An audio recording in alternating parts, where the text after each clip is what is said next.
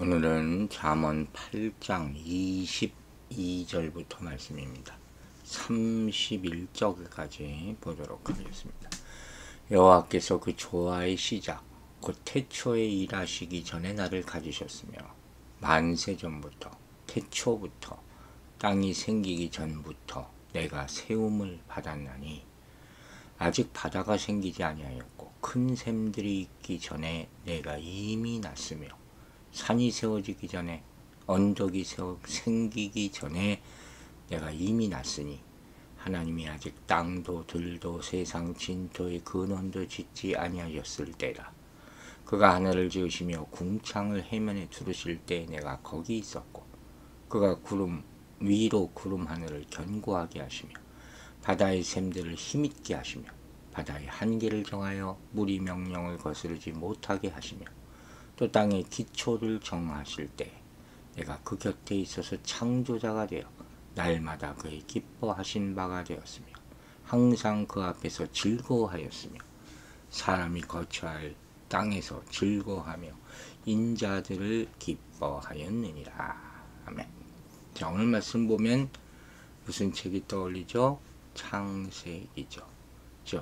지혜라는 것이 창세 전부터 하나님께 함께 있었던 창조의 원리자 능력이다. 이게 오늘 주제예요. 그 지혜는 누가 만들어낸 게 아니에요. 원래 있었던 것. 그래서 오늘 말씀은 하나님의 지혜 능력에 대해서 말하면서 우리에게 지혜를 추구하는 삶을 살라. 이것을 요구하고 있죠. 먼저 22절은 뭐라고 했습니까? 여호와께서 그 조화의 시작, 태초에 일하시기 전에 나를 가지셨다. 굉장히 중요한 말이죠. 지혜의 기원, 어디서부터 시작되었느냐. 두 가지 중요한 사실을 설명합니다. 하나는 여호와께서 지혜를 만드셨다. 가지셨다 하는 말은 무엇인가 소유하고 취하는 것이죠. 대상이 물건이라면 구입해서 소유하는 것이고 자녀라면 출산해서 얻는 것이고 지혜라면 배움으로 얻는 것이다. 그죠?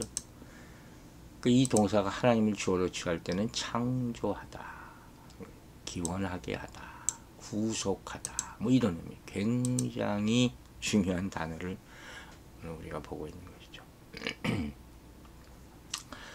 23절과 24절, 25절에 사용된 두 개의 동사는 하나님이 지혜를 창조하셨음을 증명합니다. 뭡니까? 내가 세움을 받았다.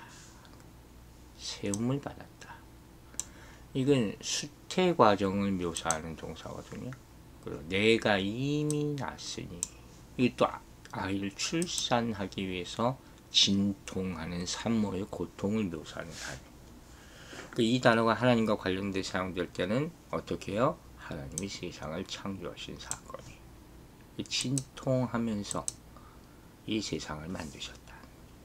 그리고 이 본문에서는 이 단어를 사용해서 지혜를 만드셨다는 거예요.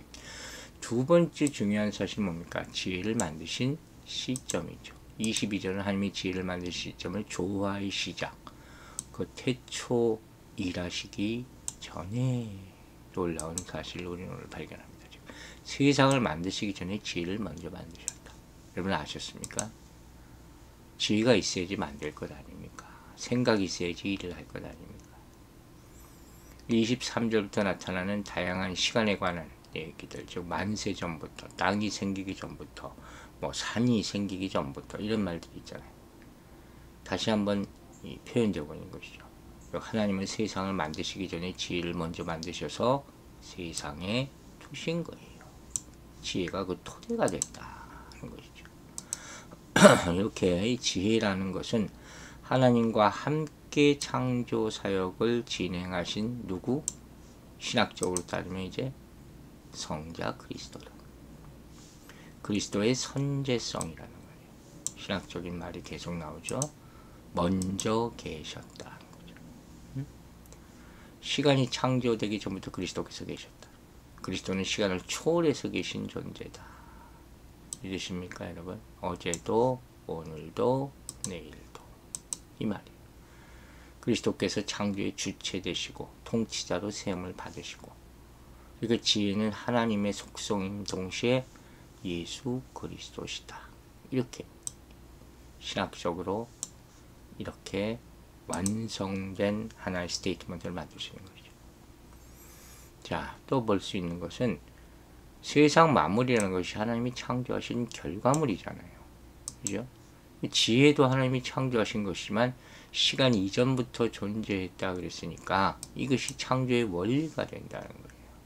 이 지혜라는 것이 우주 만물의 모든 비밀을 그래서 알고 참된 삶의 길을 제시할 수 있는 것이고, 인생의 궁극적인 문제들을 해결할 수 있다. 우리가 아무리 생각을 많이 하고 많이 배우고 많이 안다고 해도 그 많이 주신 분이 누구예요? 지혜라는 것이죠. 그래서 지혜라는 것은 보통의 피조물과 차원이 다른 것이라는 거예요. 왜? 창조 이전부터 존재하고 생명을 주신 것이고 영원한 생명을 주신 것이고, 우리가 전심으로 추구해야 될 것이 바로 이런 지혜다. 이 지혜에서 잠언을 읽는다는 것 자체가 무슨 책 읽는 게 아니에요. 소설책이 아니란 말이에요. 성도는 이 하나님의 지혜를 소유하기 위해서 정말 몸부림쳐야 돼요. 그래야지 그 삶이 변할 수가 있다 하는 것이고, 또 이 지혜가 인도하는 대로 순종하며 살아야 된다. 그게 생명의 길이 되는 거예요. 여러분, 오늘도 이 말씀을 듣고 내가 아는 말씀이네 뭐 이런 생각하지 마시고 꼭 순종하시기 바랍니다. 왜냐하면 하나님의 지혜는 절대적인 것이고 완전한 것이고 영원한 것이기 때문이에요. 하나님의 지혜가 성육신에 이 땅에 오셔 십자가에 달려 죽으심으로 믿는 자에게 영생을 주신 것, 그게 지혜의 핵심이죠. 예수 그리스도. 그러니까 그분과 함께하는 것은 말씀과 함께하는 것이고, 이 지혜의 능력을 매일의 삶 가운데 구체적으로 경험하여 사는 것이 바로 성도의 삶이다 하는 것입니다. 자, 27절부터 본문을 보면, 그가 하늘을 지으시며 궁창을 해면에 들으실 때 창세기의 한 절을 그대로 갖다는 것 같죠. 창조와 자신의 관계에 대해서 설명하기 시작하는 말씀이죠.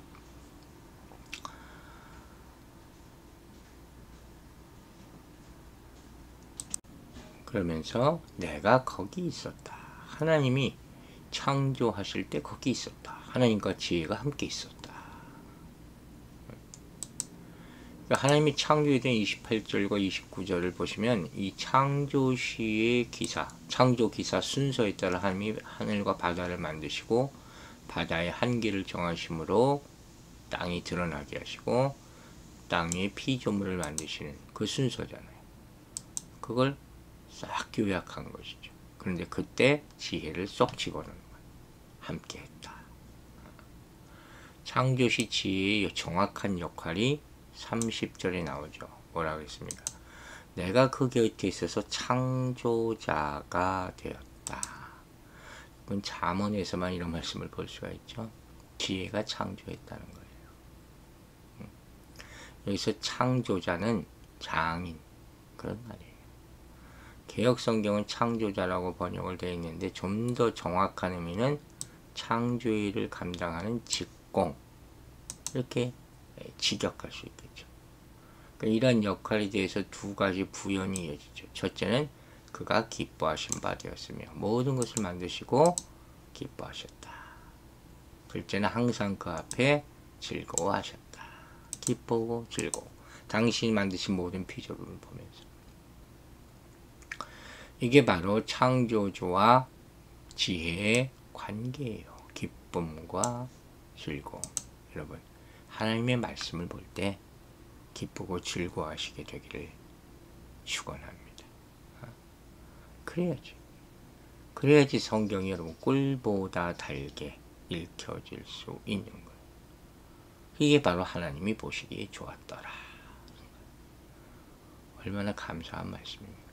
이 창조 질서가 완벽하다는 것을 또한 드러내고 있는 것이죠. 30절을 보면 내가 그 곁에 있어서 창조자가 되었다. 이 말에 저는 다시 하이라이트를 하게 됩니다. 지혜라는 것은 단순한 정신적 상태가 아니라 인격적 존재라는 거예요. 그러니까 하나님이 하시고자 하는 일을 할 수 있는 도구요, 또 함께 합니다. 그래서 하나님은 지혜를 사랑하시고 지혜로 세상을 경영하시고, 그래서 하나님의 기쁨이 되신 거예요. 여러분도 하나님과 동행함으로, 하나님과 사용됨으로, 사용됨으로 하나님의 기쁨이 되시길 바랍니다. 그래서 하나님은 지혜로 행하는 자를 기뻐하시고 그들을 형통케 하신다는 거예요. 지혜를 사랑하는 것이야말로 하나님의 마음과 합한 것이 되는 것이고, 하나님은 모든 일을 지혜롭게 하는 다윗과 늘 함께 하셨잖아요. 그래서 사울왕이 다윗을 두려워한 거예요. 로마서 12장 3절에서 바울은 하나님이 각 사람에게 나눠주신 믿음의 분량대로 지혜롭게 생각하라. 지혜를 품면 믿음이 생기고, 믿음이 있으면 지혜를 소유하게 되는 것이고, 그런 인과관계까지 알게 되는 것이죠. 여러분, 우리는 모두 피조물 가운데 저런 하나님의 영광과 지혜를 발견해야 돼요. 그리고 찬양하고 살아야 되는 것이죠. 우리 영적 감각이 깨어날 때 자연에 있는 이름 모를 꽃잎 하나를 보면서도 기쁨으로 하나님의 지혜를 찬양하며 즐거워할 수 있게 되길 바랍니다. 우리 젊을 때는 이렇게 꽃을 보고 아름답다 이런 걸 못 느끼고 살았어요. 바쁘게 살았어도 그렇죠. 근데 나이가 점점 들면서 그런 것이 눈에 들어와요. 그때 하나님의 지혜가 역사한다는 것이죠. 이렇게 오늘도 하나님의 지혜는 우주 가운데 섭리하시고 우리 모든 삶을 주관하시는 것이죠. 이 능력이 오늘 우리 인생의 모든 막힌 벽을 풀어주기를, 허물어주기를 간절히 기도합니다. 우리가 당면한 모든 문제에 대해 하나님의 지혜를 통해서 선하게 인도받게 되기를 간절히 기도합니다. 아버지 하나님 감사합니다. 오늘도 지혜를 받았습니다. 창세 전부터 하나님과 함께 있던 창조의 원리요 능력임을 배웠습니다. 그런데 그 앞에서 감히 어떻게 나를 내세울 수가 있겠습니까? 세상을 만드시기 전에 주신 지혜, 이 지혜와 함께 살게 하시고 함께 일하게 하시어 찬양하게 하여 주시옵소서. 그리스도와 동행하는 것이 지혜와 동행하는 것이요 말씀과 동행하는 것임을 믿습니다. 이를 통해 하나님이 기뻐하시고 즐거워하는 우리 인생이 되게 축복하여 주시옵소서. 하나님의 지혜 능력이 오늘 우리 삶의 모든 막힌 담을 허물고 선한 길로 인도받아 생명의 삶을 살 수 있도록 축복하여 주시기를 바랍니다. 우리 성도들이 지혜와 함께 살고 지혜의 능력으로 문제들을 이겨내고 모든 건강과 욕심과 또 영적인 문제들 다 극복해낼 수 있도록 도와주시옵소서. 지혜 예수 그리스도의 이름으로 기도했습니다. 아멘.